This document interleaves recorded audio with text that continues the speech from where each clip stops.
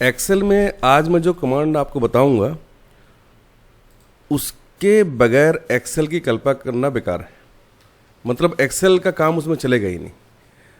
तो जब आप ये क्लास पूरा करेंगे, आज का पूरा वीडियो देखेंगे, तो आप बहुत सारे छोटे छोटे पर बहुत इंपॉर्टेंट कमांड्स के बारे में जान जाएंगे और ये भी जान जाएंगे कि एक्सेल में काम कैसे होता है। एक्सेल में हम बना रहे हैं एक कैलेंडर और इसको बनाते हुए हम बहुत सारे कमांड्स सीखेंगे। तो यहाँ पर देखिए, कैलेंडर बनाने के लिए मैं लिख रहा हूँ सिर्फ 4 चीज़। मैंने लिखा है जनवरी, संडे, 1 और 2, बस।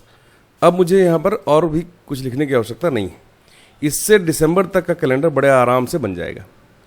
तो उसके पहले आप इस बात को समझना कि एक ही सेल में, हर डिब्बा एक सेल कहलाता है एक्सेल में, और ये हो गए आपके कॉलम्स और ये सारे हैं 1 2 3 4 जो लिखा रहता है लेफ्ट साइड में, ये है रोज।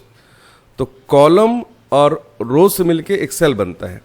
हर सेल का एक एड्रेस होता है। जैसे मैं यहाँ पर क्लिक करूँ तो ये के नंबर का कॉलम है और 8 नंबर का रो है, तो इसका नाम हो गया K8 जो नेम बॉक्स में दिखाई दे रहा है।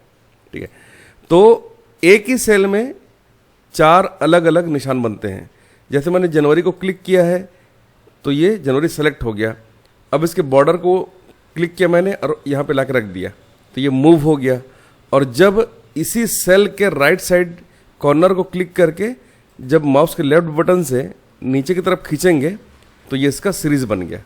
अगर इसको राइट साइड की तरफ खींचेंगे तो राइट साइड की तरफ इसका सीरीज बन जाएगा इस तरीके से। ठीक है, तो एक ही सेल में 3 तरह के निशान बनते हैं। पहला जो निशान है वो होता है सेलेक्ट करने के लिए।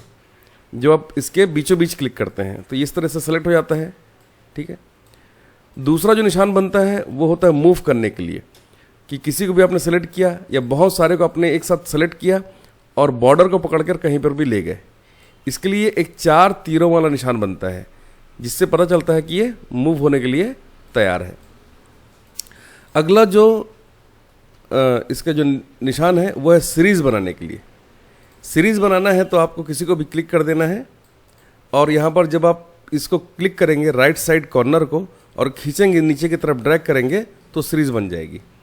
अगर मैं यहाँ पर सन को उठाकर लाता हूँ इस तरीके से मूव करके और इसकी सीरीज बनाता हूँ, देखिए ये सारा कुछ लिख देता है। ऐसी 1 और 2 को अगर मैंने सेलेक्ट करके यहाँ पर लाया है इस प्रकार से, अगर मैं 1 को इस तरह से खींचकर ड्रैग करके एक सीरीज बनाता हूं तो 1 1 ही लिखा जा रहा है। लेकिन अगर मैं 1 और 2 दोनों को सिलेक्ट करता हूं तो एक्सेल को पता चल जाता है कि 1 और 2 के बीच में 1 का डिफरेंस है और उसी डिफरेंस से फिर वो बाकी के नंबर्स को लिख देता है।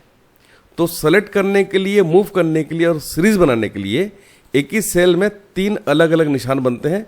इसका आपको ध्यान रखना चाहिए। एक है व्हाइट कलर का प्लस का निशान जो सेलेक्ट करने के लिए है, एक 4 तीरों वाला प्लस का निशान जो मूव करने के लिए है, और सेल के राइट साइड कॉर्नर पर एक ब्लैक कलर का प्लस का निशान है जो सीरीज बनाने के लिए है।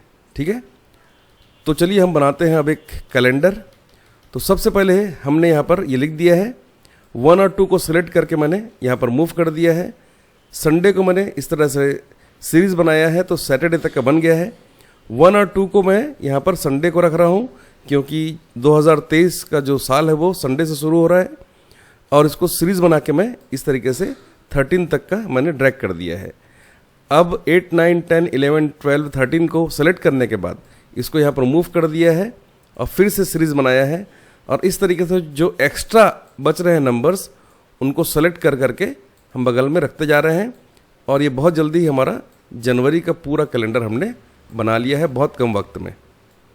ठीक है, फरवरी बनाने के लिए कुछ लिखने की ज़रूरत नहीं है। जनवरी को क्लिक करना है, एक बार इसको सीरीज बनाना है और फरवरी को क्लिक करके उसको मूव करके बगल में रख देना है। संडे मंडे सभी को कॉपी कर लेना है राइट क्लिक करके और यहाँ पर पेस्ट कर देना है। अब ये देखना है कि फरवरी शुरू कब हो रहा है।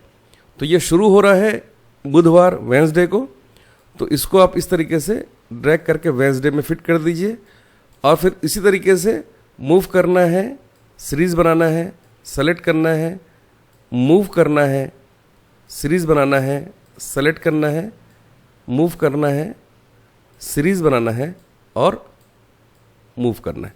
इस तरीके से आप कैलेंडर बनाते जाइए। तो ये हमने दिसंबर तक का एक कैलेंडर बना लिया है। अब इसमें कुछ नए कमांड्स सीखते हैं। मर्ज एंड सेंटर, जनवरी को यहाँ से लेकर यहाँ तक सेलेक्ट करना है और मर्ज एंड सेंटर को क्लिक करना है। फ़ॉन्ट को बढ़ाने के लिए यहाँ पर एक नया कमांड सीखिए, इसको इंक्रीज़ करना है थोड़ा इस तरीके से। फ़ॉन्ट का कलर यहाँ से चेंज करना है, बैकग्राउंड कलर यहाँ से चेंज करना है। अब संडे वाले पूरे लाइन को सेलेक्ट करिए इस प्रकार से और इसका कलर चेंज करिए। बाकी सभी को सिलेक्ट करने के बाद इनका भी कलर चेंज कर लीजिए। अब इन सभी को सिलेक्ट करने के बाद आपको यहाँ से बॉर्डर लगाना है। मतलब अभी आपने सीखा मर्ज एंड सेंटर, बैकग्राउंड कलर और फॉन्ट का कलर चेंज करना और बॉर्डर लगाना। अब बॉर्डर लगाने के बाद में एक नया कमांड और सीख लेते हैं, वो है फॉर्मेट पेंटर। इससे क्या होगा कि पहले से जो आपने लिखा है उसी के फॉन्ट, थीम इत्यादि अप्लाई हो जाएंगे।